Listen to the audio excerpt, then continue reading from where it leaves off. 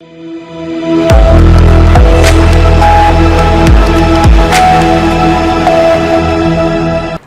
स्वागत है आपका सी न्यूज भारत पर। आपके साथ मैं हूं शिता तिवारी।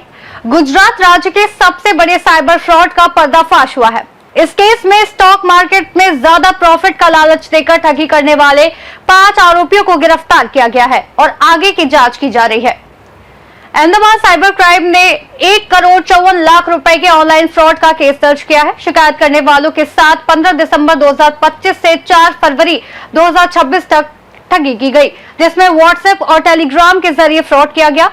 91 बारक्लेस स्टॉक मार्केट पायनियर नाम के एक व्हाट्सएप ग्रुप ने शेयर और आईपीओ में प्रॉफिट का लालच दिया। लिंक के जरिए इन्वेस्टमेंट कराकर पैसा इकट्ठा किए गए।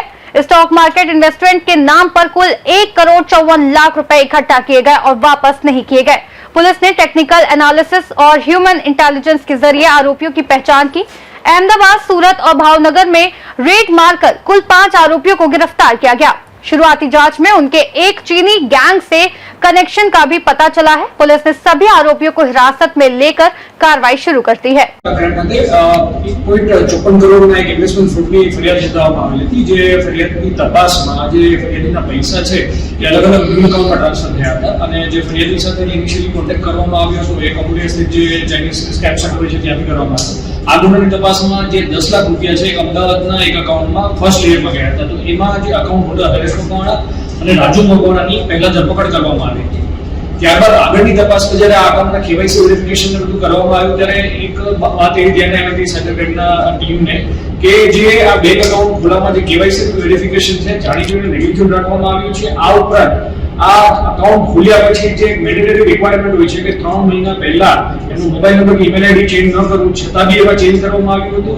આ ઉપરાંત જે 10 લાખ રૂપિયા જે બેંક એકાઉન્ટ હોલ્ડરના એકાઉન્ટમાં આવ્યા હતા એમાંથી એમની હાજરી વગેરેમાંથી એફડી બની ગઈ હતી અને આ એફડીના પૈસા છે એ ગોલ્ડ મારફતે ઉપાડવામાં આવ્યા। તો એની તપાસમાં બેંકના મેનેજર સહિત 3 બીજા 2 કર્મચારીઓની સંડોવણી બહારમાં આવી હતી। તો એ સંદર્ભમાં 3 આરોપીઓ જે ચાંદખેડાના જે આ એકાઉન્ટ જે બ્રાન્ચમાં ખુલેલું છે એમના મેનેજર પૂજા પરેખ, આ ઉપરાંત એક સેલ્સ મેનેજર છે ઇન્ડસ્ટ્રી બ્રાન્ચના મહેશ તારાણી અને એક ત્રીજા આરોપી છે હિના દરજી જે બી આ બેંકમાં કામ કરે છે અને એકાઉન્ટ ખોલાવવા માટે જે કેવાયસી કરનાર છે, સ્થળ વિઝિટ કરનાર એ હિના દરજી છે। આ ઉપરાંત જે સોનું આવ્યું છે જે આ ફરાર આરોપી હતા એમની સાથે હિના દરજી જે છે એ પોતે લિસ્ટમાં શોરૂમમાં ગયેલા હતા અને આ સોનું ઉપાડ્યું અન્ય એક આરોપીને કોર્ટ તરીકે મૂકી આપી છે। ત્રણેય આરોપીઓ છે જે બેંકના કર્મચારી આને કઈ રીતે પોતાને ઇન્વોલ્વ કરી દીધું છે અને ભૂમિકા આ જે 3 આરોપીમાંથી મુખ્ય જે પૂજા પરેખ જે બેંક મેનેજર છે અને સેલ્સ મેનેજર છે મહેશ તારાણી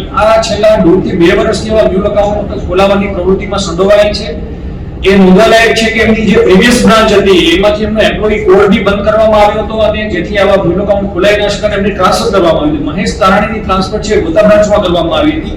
એમના બેંક મેનેજર દ્વારા બી એમને એ બ્રાન્ચમાં એકાઉન્ટ ખોલવાની મનાઈ કરેલી હતી, છતાં પૂજા જે પરેખ છે એ નવી બ્રાન્ચમાં આ સેલ્સ મેનેજર આવા અલગ અલગ ન્યૂ એકાઉન્ટ ધારકોને લઈને આવી અને એવા કરંટ એકાઉન્ટ ખોલાવતા હતા, જે એકાઉન્ટ ખોલાવવા માટે એમને 50,000 થી 1 લાખ જેટલું કમિશન મળ્યું।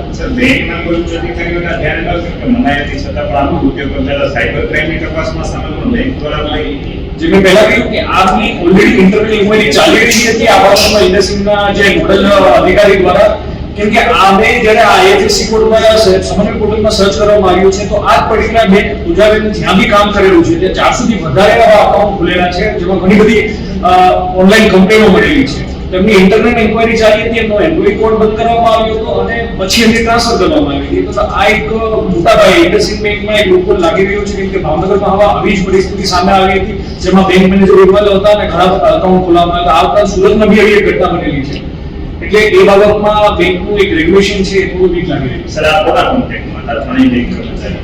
આ 2 ફરાર આરોપી છે હાલમાં, એક લાખીપુરા આકીબ કરીને આરોપી છે એમની સાથે આ સંકલ્પમાં હતા અને જે બેંક મુખ્ય મેનેજર છે પૂજા એ આ આકીબના સંપર્કમાં રહીને આવા બધા એકાઉન્ટ ખોલાવતા હતા। એ કોણ છે આકીબ?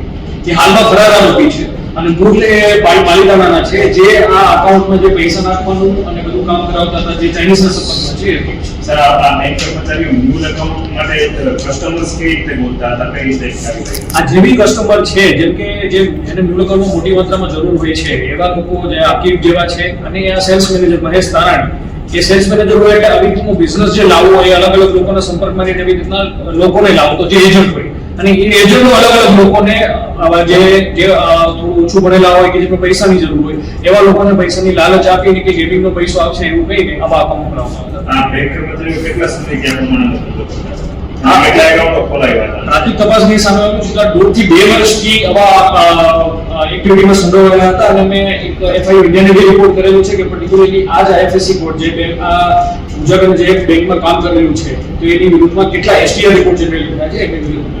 अहमदाबाद से सी न्यूज संवाददाता यज्ञेश गोस्वामी की रिपोर्ट। फिलहाल के लिए इस रिपोर्ट में इतना ही। देश और दुनिया की तमाम बड़ी खबरों के लिए देखते रहिए सी न्यूज भारत।